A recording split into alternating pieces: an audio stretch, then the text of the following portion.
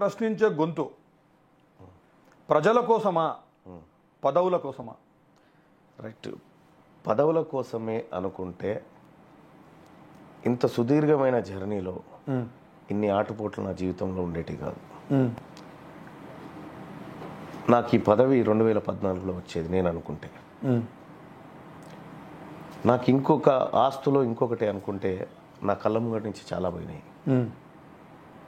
దాన్ని బట్టి మీరే అర్థం చేసుకోరు నేను పదవుల కోసం చేసిన ఇంకో దానికోసం చేసిన. 2014లోనే వచ్చేదని మీరు అన్నారన్న. 2014లో మీరు తెలంగాణ గవర్నమెంట్ ఫామ్ కాక ముందు నుంచే, మీరు V6లో ఉన్నప్పటి నుంచే మీరు కవిత గారిని ఇంటర్వ్యూ చేయడం కావచ్చు, మీరు ఒక ఇండైరెక్ట్గా మీరు తెలంగాణ మూవ్మెంట్లో టీఆర్ఎస్ పార్టీ, అప్పటి టీఆర్ఎస్ పార్టీకి మీరు సపోర్ట్ చేశారు. మూవ్మెంట్ సపోర్ట్ చేసి దానికోసం పని చేశారు. అప్పుడు ఆ ఎలక్షన్స్లో మీరు టికెట్ అడిగారు. మీకు టికెట్ ఇవ్వకపోవడం వల్లనే మీరు బయటికి వచ్చి ఈ ప్రశ్నించే గొంతు అనేది ఒకటి పుట్టుకొచ్చింది అని ప్రజలలో ఒక నానుడి ఉందన్న. దానికి మీరు ఏమంటారు? అయితే ఇప్పుడు నాతో పాటు ఆ రోజు జరిగిన విషయం చెప్తా అన్న.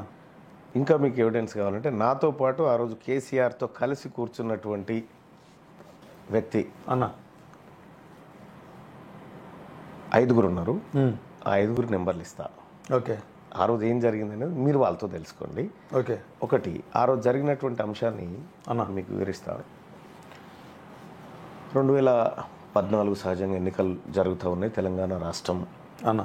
కొత్త ముఖ్యమంత్రి ఏర్పడేటువంటి సందర్భంలో అంటే మరి కేసీఆర్ గారు ఏమనుకున్నారో నాకు తెలియదు.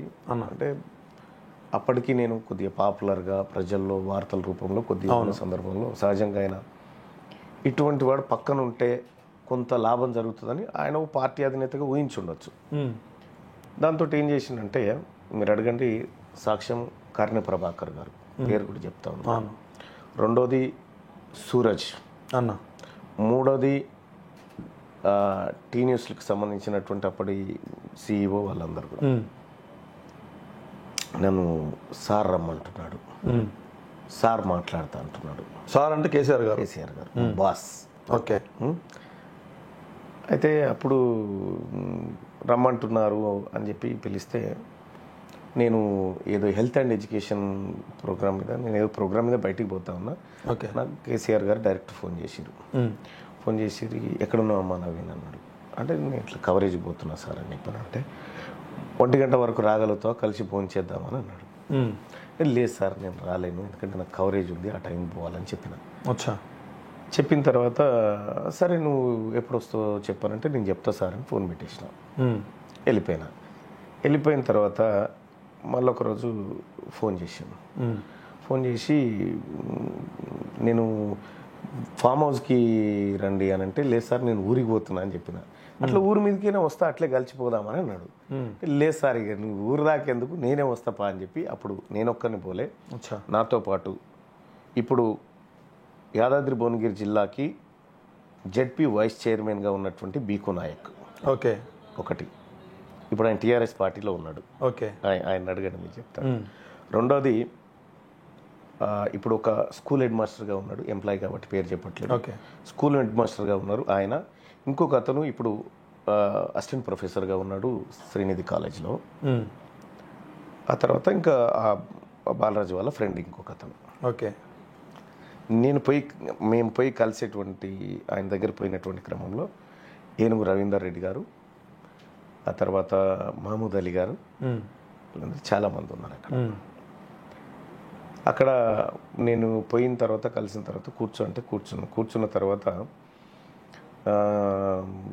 నవీన్ ఎట్లా ఉందమ్మా, ఏం జరుగుతుంది అని అంటే మీరు ముఖ్యమంత్రి అవుతారు సార్ అని చెప్పిన. అంటే అప్పటికే ఆయన పసిగట్టిండి అది. నేను దళితుని ముఖ్యమంత్రిని చేస్తాను కదా, నువ్వు ముఖ్యమంత్రి అయితే అంటున్నావు ఏంది, ఎందుకు ఇట్లా కొడుతున్నావు? లేదమ్మా మన ప్రభుత్వం వస్తుందని చెప్తా ఉండాలంటే. సరే మాట్లాడిన తర్వాత లేదు మేము నీ జీవితం నాకు ఇచ్చేసి నేను చూసుకుంటా, నేను ఇట్లా అనుకుంటున్నా, ఈ ఆలేరి వ్యవహారం ఇదంతా అనుకుంటున్నా అని చెప్పాను. కానీ మంచి సార్ అని భోజనం చేద్దామని వచ్చేసరికి లేదు సార్ కింద నా ఫ్రెండ్స్ ఉన్నారు, మేమంతా కలిసిపోయి భోజనం చేస్తామంటే లేదు పైకి విలువ అన్నాడు. పైకి విలువ అంటే పైకి వచ్చిన తర్వాత అందరం కలిసి భోజనం చేసినాం. పాపం కేసీఆర్ గారే నాకు లేచి వడ్డిచ్చి ఇక ఆయన ఆయన వేలో ఆయన బాగా మిమ్మల్ని బాగా ఆయన వేలో ఆయన మర్యాదలు చేసిండు. ఓకే. తప్పు పట్టడానికి లేదు, ఇంటికి వచ్చిన అతిథికి మర్యాద అదే చేయాలి. అవును. సరే, ఆయన వేలో ఆయన మర్యాదలు చేసిండు. ఆ తర్వాత మంచి సార్ నువ్వు రేపు పొద్దుగాలు వచ్చాయమ్మా ఫామ్ హౌస్కి అని అంటే, మంచి సార్ అని కిందికి వచ్చి ఫోన్ స్విచ్ ఆఫ్ పెడితే 15 రోజులు ఆన్ చేయాలి. అయితే నేను ఇక్కడ కలిసిన విషయం అంటే ఇట్లా కేసీఆర్ ఇట్లా ఆలోచన చేస్తుండు, నవీన్ వైపు మల్లన్న వైపు అనుకున్నప్పుడు ఇదే బీకు నాయక్, తర్వాత ఇంకో ఫ్రెండ్ లక్ష్మణ్ ఓల్డ్ పీజీ హాస్టల్లో ఉన్న సందర్భంలో, ఇప్పుడు అంటే మొన్నటిదాకా ఆలేరు ఎమ్మెల్యేగా ఉన్నటువంటి గొంగిడి సునీత గారు వాళ్ళ భర్త ఇద్దరు సడన్గా నైట్ నా దగ్గరకు వచ్చారు. అన్నా నువ్వు వద్దని చెప్పు టికెట్ అని. నాకు ఇంట్రెస్ట్ కూడా లేదు, నేను మీకు చెప్పి వద్దని చెప్పమని. అంటే వాళ్ళకి తెలిసిపోయింది ఇది జరుగుతుందని. ఓకే. అంటే నేను తీసుకోవాలని ఇంట్రెస్ట్లో నాకు లేదు. ఓకే.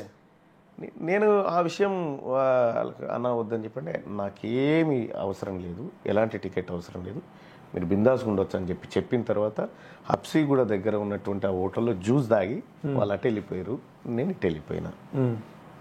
ఈ మొత్తం ఎంటైర్ ప్రాసెస్లో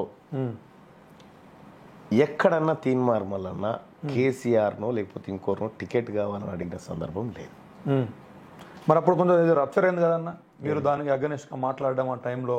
ఇప్పుడు ముఖ్యంగా అన్న ఉద్యమం సమయంలో నేనేమంటున్నా, దీంట్లో జరిగినటువంటి అంశం ఇది. అదే ఇప్పుడు నేను కొన్ని పేర్లు కూడా ప్రస్తావించిన, you can contact, okay, ask them definitely.